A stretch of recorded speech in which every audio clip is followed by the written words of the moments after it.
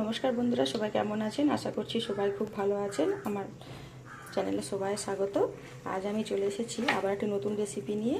এই দেখুন বন্ধুরা, আমি নিয়ে নিয়েছি এখানে এখনের সিজনের সবচেয়ে সেরা শাক হচ্ছে পাট শাক। তো আমি এখানে আজকে পাট শাকের একটা খুব দারুণ স্বাদের রেসিপি বানিয়ে আপনাদের দেখাবো। তো এখানে আমি নিয়ে নিয়েছি এক আঁটি একদম টাটকা নরম পাট শাক। তো এই শাকটাকে আমি এখন বেছে নেব। বেছে ধুয়ে পরিষ্কার করে নিয়ে আপনাদের কাছে ফিরে আসছি। আর এই পাট শাক কিন্তু অনেক উপকারী, আমাদের এই গরমে কিন্তু খাওয়া খুবই জরুরি, শরীরকে ঠান্ডা রাখে এই পাট শাক। তো কেটে ধুয়ে বেছে নিয়ে ফিরে আসছি। এই শাক বাছা একদমই সোজা। এই যে শুধু ডগার যে পাতার অংশগুলো, এই ডগার যে অংশগুলো, এই অংশগুলো নিয়ে আমি নিয়ে নেব। এই যে ডগার যে পাতার অংশগুলো, নরম নরম যে পাতাগুলো আছে, এই নরম নরম পাতাগুলো নিয়ে শুধু লাগবে।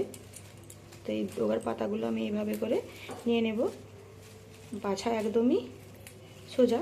একটু দেখে নেবেন যাতে পোকা যেমন না থাকে। শাক জাতীয় জিনিসে সাধারণত পোকা থেকে থাকে, শুধু আপনারা একটু দেখে নেবেন যে পোকা যেমন না থাকে।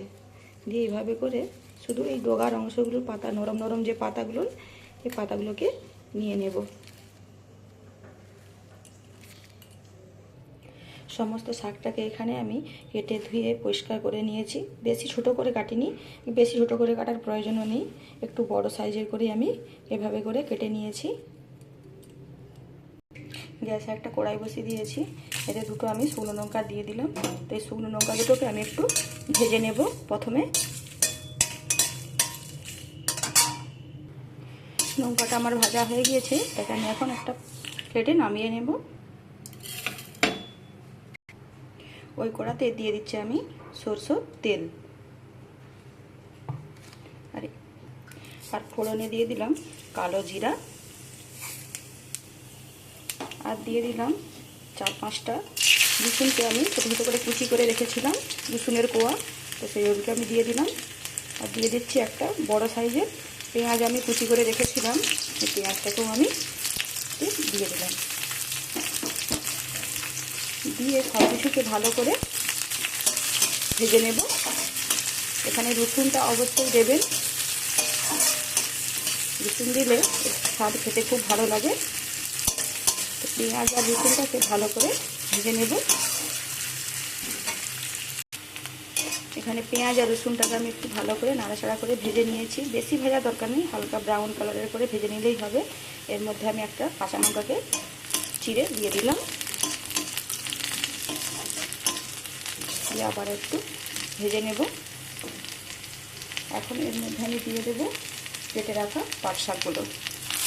পাট শাক একদমই নরম হয়, একটু সেদ্ধ করার দরকার নেই আলাদা করে, এভাবে দিয়ে দিলেই হয়ে যাবে সেদ্ধ। দিয়ে সব কিছুকে একসাথে ভালো করে মিশিয়ে নেব। বন্ধুরা, এভাবে একবার হলেও আপনারা পাট শাক রান্না করে খেয়ে দেখবেন, খুব সুন্দর লাগে খেতে।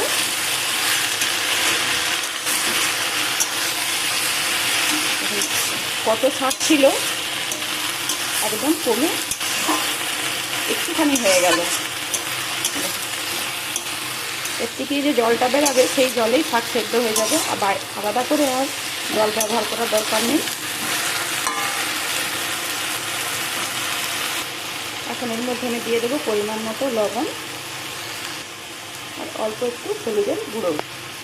লবণ আর হলুদের গুঁড়োটাকে দিয়েও ভালো করে শাকটার সাথে আমি মিশিয়ে নেব।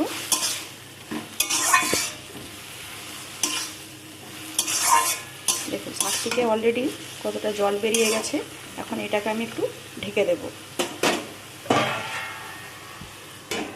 1 মিনিট ঢেকে দিব। ঢাকাটা আমি খুলে নিচ্ছি।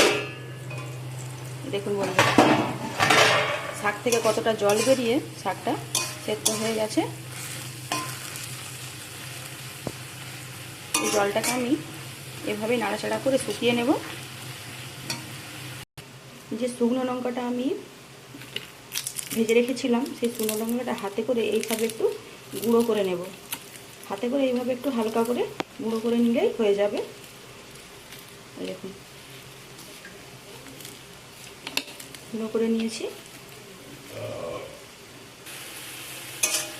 নাড়াচাড়া করতে করতে শাকের জলটা এখানে শুকিয়ে এসেছে। শাকটা অলরেডি ভাজা ভাজা হয়ে গিয়েছে। এখন এটাকে আমি আরও 2 মিনিট এভাবে নাড়াচাড়া করে জলটাকে একবারে শুকিয়ে ভাজা ভাজা করে নেব।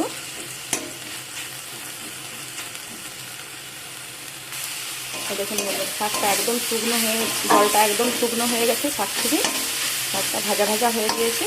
আর বেশি ভাজা করবো না, এটাকে আমি এখন প্লেটে নামিয়ে নেব। শাকটা ভাজা হয়ে একদম অল্প হয়ে গেছে, একটুখানি। শাকটাকে এখন তুলে নিচ্ছি প্লেটের মধ্যে।